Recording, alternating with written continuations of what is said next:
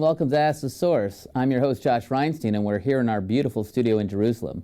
My guest today is Chaim Silberstein. He's the CEO and founder of Keep Jerusalem. Chaim, thank you for being on the show. Hi, Josh, and thank you very much for having me. Tell our viewers about what is Keep Jerusalem. Well, Keep Jerusalem is a non-profit organization. It's a public diplomacy and advocacy organization that I founded about 10 years ago, which defends Jerusalem and advocates for Jerusalem to be a united and secure capital, open and free to all people, all religions. So what are some of the activities that you actually do on the ground? Well, as you might know, Josh, the incoming American administration under President Joe Biden, if he gets sworn in soon, will promote dividing up Jerusalem and making East Jerusalem the capital of a Palestinian state. This is something that we believe is not good for Israel, not good for the Christian world, and not good for the free world. So our organization educates and advocates to keep Jerusalem united and secure under Israeli sovereignty. During the Trump administration, we saw he recognized United Jerusalem. He moved the U.S. Embassy to Jerusalem. Do you believe that that's all going to be rolled back now under the Biden presidency? I hope not. And we are full of gratitude to President Trump for all those things that he did for Jerusalem and continues to do. But we are very concerned that the incoming administration will try and roll back some of the things. For example, there are rumors that they will reopen the American consulate in East Jerusalem, which will serve Palestinians and thereby de facto kind of divide up Jerusalem.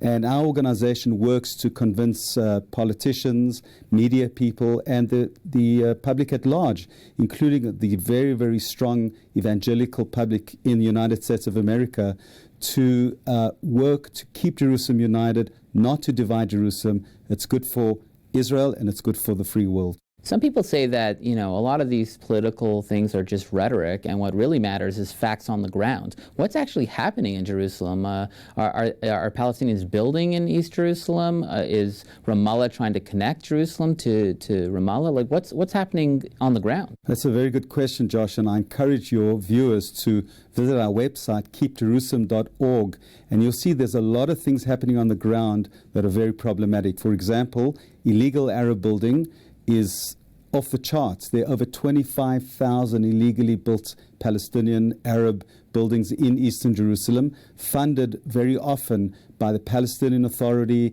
by Qatar, by Saudi Arabia. And the goal is to try and take over Jerusalem on the ground by illegal building, by demographics. Already 40% of the city of Jerusalem are Arabs. Now, we're a democracy, and that's fine if there's a large minority, but we need to increase the Jewish majority, we need to stop the illegal building, and we need to make sure that Jerusalem is free and secure for all. If there is illegal building going on, why isn't the government of Israel stepping in and declaring this illegal and stopping it? This is an unfortunate reality that has been ignored for over 20 years. And part of what Keep Jerusalem does is we educate and inform government ministers and members of Knesset. I was just in the Israeli parliament yesterday meeting with the Minister for Jerusalem Affairs, Rafi Peretz, and I spoke to him about this exact issue. Unfortunately, it hasn't been dealt with. It's grown to be like a cancer now, and it needs urgent action, and that's what our organization is advocating to do. So how do you get people in power, people in influence, leaders to see this for themselves? One of the best ways is to bring them on a tour. We do unique geopolitical tours around Jerusalem, and I've taken dozens of members of Congress and European Parliament members and you and many others in the evangelical world from the United States, and when they see it with their eyes on the ground, it's life-changing, it's eye-opening, and you understand the challenges and the threats that are facing Jerusalem, and one understands that something needs to be done urgently. We don't want it to be too late. Look, our parliament's in Jerusalem, our Supreme Court's in Jerusalem, all the government bodies are in Jerusalem, our capital is Jerusalem. Why do we care if anyone else recognizes that? I think that it's important from an international point of view that more and more governments move their embassy to Jerusalem. We don't need it because we Jews and certainly the supporters of Israel understand that Jerusalem is and always will be our eternal capital.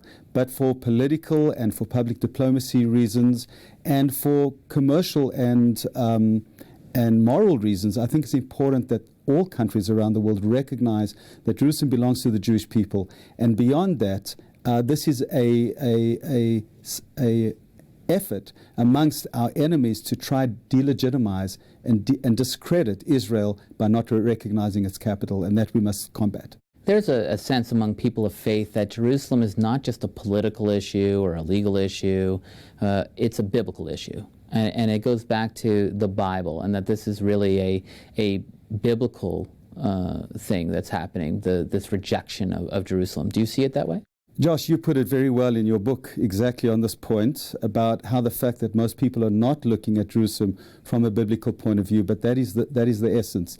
The essence is that Jerusalem is an integral and very deep part of Judeo-Christian values, and if we lose it to our enemies, whether it's demographics, whether it's politics, that'll be a disaster to our faith and to the politics of the country, and we could find the implications reaching way, way beyond Jerusalem and Israel's borders. And therefore, we need to connect people to Jerusalem first through the Bible, and by walking on the stones and on the ground, and by strengthening Jerusalem by supporting its status as Israel's united and eternal capital. You mentioned something very important that, and once you come to Israel and see it for yourself, it all becomes very clear what's going on.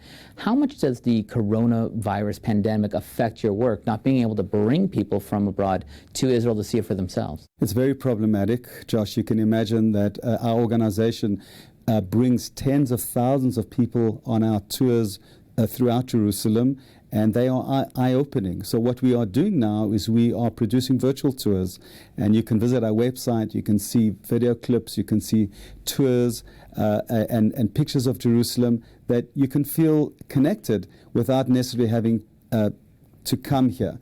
But I encourage everybody that once this COVID disaster is passed, you got to buy the ticket, come and visit Israel, come and visit the Jewish homeland, and connect up to Jerusalem, the holy city. Chaim, there are literally tens of millions of people watching this show. What message do you have for our viewing audience? I say to you, you've got to, for those of you that love Jerusalem, you've got to fight for Jerusalem, because Jerusalem's future is not guaranteed in the near future. If, God forbid, Jerusalem is divided, or if there's a demographic majority of Arabs, we need to be strong and defend Jerusalem. Everybody can be an ambassador for Jerusalem. Visit our website, keepjerusalem.org. Find out how you can be part of the struggle to keep Jerusalem united and secure. Thank you, Chaim, for being on the show, and thank you for tuning in to Ask the Source. I'm your host, Josh Reinstein, wishing you a Merry Christmas and a Happy New Year. Now back to the studio.